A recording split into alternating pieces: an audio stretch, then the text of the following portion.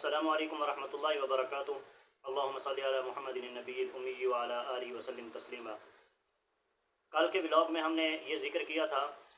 کہ پاکستان کا سب سے پہلے تصور کس نے پیش کیا۔ جون 1928 کو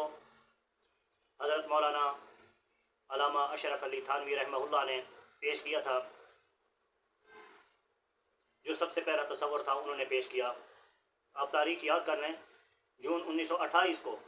حضرت مولانا اشرف علی تھانوی رحمہ اللہ نے سب سے پہلے جو ہے نا پاکستان کا تصور پیش کیا۔ اب چلتے ہیں اپنے اصل موضوع کی طرف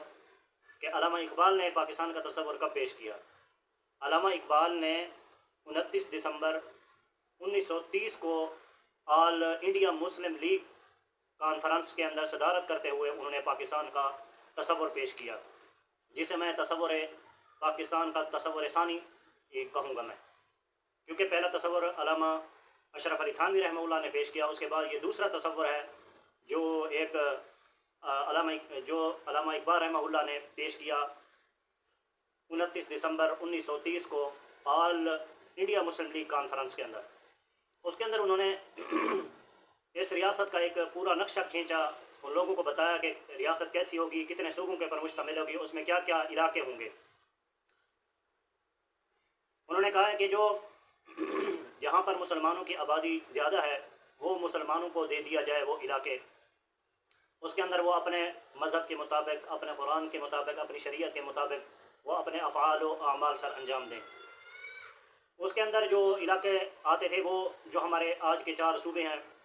صوبہ سندھ، صوبہ بلوچستان اور صوبہ خیبر پختونخوا جو اس وقت صوبہ سرحد کے نام سے جانا جاتا تھا، اور صوبہ بلوچستان، اس کے اندر مسلم آبادی زیادہ تھی۔ تو انہوں نے یہ پیش کیا اپنا تصور کہ یہ جو 4 صوبے ہیں یہ اس کو الگ ریاست بنا دیا جائے، جس کے اندر مسلمان اپنی حکومت بنیں اور اپنی جو ان کی عوام ہے، مسلم عوام ہے، وہ اپنی شریعت اور اپنے جو ہے دین اسلام اور مذہب کے مطابق عمل کرے۔ یہ علامہ اقبال رحمہ اللہ نے یہ تصور پیش کیا، اور انہوں نے فرمایا کہ ہندوستان جو ہے اس کے اندر مختلف قومیں، مختلف مذہب کے لوگ اور مختلف زبانوں کے لوگ رہتے ہیں، تو یہاں پر یہ سارے ایک ساتھ اکٹھے رہ کر اور اپنے جو ہے نا اپنے مذہب کے مطابق، اپنے دین کے مطابق عمل کرنا ان کے لیے یہ ممکن نہیں ہے۔ مسلمانوں کو اس کے لیے کوشش کرنی چاہیے، کیونکہ جو ہندوستان کے اندر قوم آباد تھی اس کے اندر سب سے زیادہ جو قوم تھی وہ ہندو اور مسلم جو ہیں یہ دو قومیں تھی۔ تو اس لیے ہندوستان جو ہے نا وہ ہندوستان، اس کے اندر ہندو کا جو مذہب ہے وہ اپنے مذہب کے مطابق عمل کریں، ان کے لیے الگ ملک ہو، اور مسلمانوں کے لیے ایک الگ ملک ہو جس کے اندر دونوں جو ہے نا مذہب کے لوگ اپنے اپنے ملک کے اندر کھلے عام اپنی شریعت اور اپنے دین و مذہب کے مطابق عمل کر سکیں۔ انہوں نے یہ جو تصور پیش کیا، انہوں نے کہا ہے کہ آپ اس کے اوپر عمل کریں اور ایسا کریں۔ اگر آپ ایسا نہیں کریں گے تو مسلمان قوم تحریک چلائے گی اور وہ کسی قربانی سے دریغ نہیں کرے گی اور قربانیاں دے گی اور اپنی ریاست الگ قائم کرے گی۔ قائد اعظم محمد علی جناح اس وقت لندن جا چکے تھے۔ یہ مسلمان اور ہندو قوم کو مسلم جو قوم تھی، یہ ہندو اور انگریزوں کی جو قوم تھی، اس کے اندر یہ مسلم قوم جکڑی ہوئی تھی، تو ان سے یہ ان کی غلامی والا جو سلوک تھا وہ ان سے نہیں دیکھا گیا، اس لیے وہ لندن چلے گئے۔ انہوں نے کہا یہ میرے سے نہیں دیکھا جاتا۔ تو جب علامہ اقبال نے یہ تصور پیش کیا اور لوگوں کے اندر ایک نئے مسلم ملک کی ایک روح پھونک دی، لوگوں کے اندر ان کو ایک نیا مشن دے دیا، تو پھر خط لکھا علامہ اقبال نے قائد اعظم محمد علی جناح کو کہ آپ واپس آئیں، لوگ تحریک چلا رہے ہیں، لوگوں کے اندر بیداری آ چکی ہے،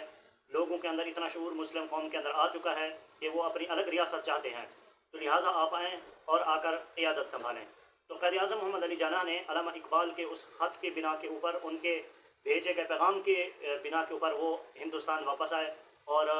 تحریک چلائی، جن کے علماء بھی ان کے ساتھ تھے، عوام بھی ان کے ساتھ تھی، سارے لوگ ایک یکجاں ہو کے جو ہے نا اس ملک کے لیے کوشش کی اور ایک الگ ریاست قائم کی۔ تو یہ تھا تصور علامہ اقبال رحمہ اللہ کا، جو انہوں نے اس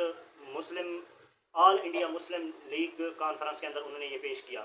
پھر اس کے بعد انہوں نے یہ تصور پیش کرنے کے بعد جب قائد اعظم محمد علی جناح رحمہ اللہ کو بلایا اور یہاں آ کر پھر انہوں نے تحریکیں چلائیں، تو آگے کے جو حالات و واقعات ہوئے، پھر کیسے ہجرت ہوئی اور کیا کیا مشکلات پیش آئیں، وہ انشاءاللہ آپ کو نیکسٹ ولاگ میں آپ کو بتاؤں گا۔ آج کا جو ہمارا موضوع تھا وہ یہ بتانا تھا کہ سب سے پہلا جو تصور تھا وہ کس ہستی نے پیش کیا، اور جو دوسرا تصور تھا یہ کون سی تاریخ کو علامہ اقبال رحمہ اللہ نے پیش کیا۔ امید کرتا ہوں کہ آپ کو میرا یہ پیغام اچھا لگا ہوگا۔ نئے ولاگ میں ایک نئے پیغام کے ساتھ، تب تک کے لیے اللہ حافظ۔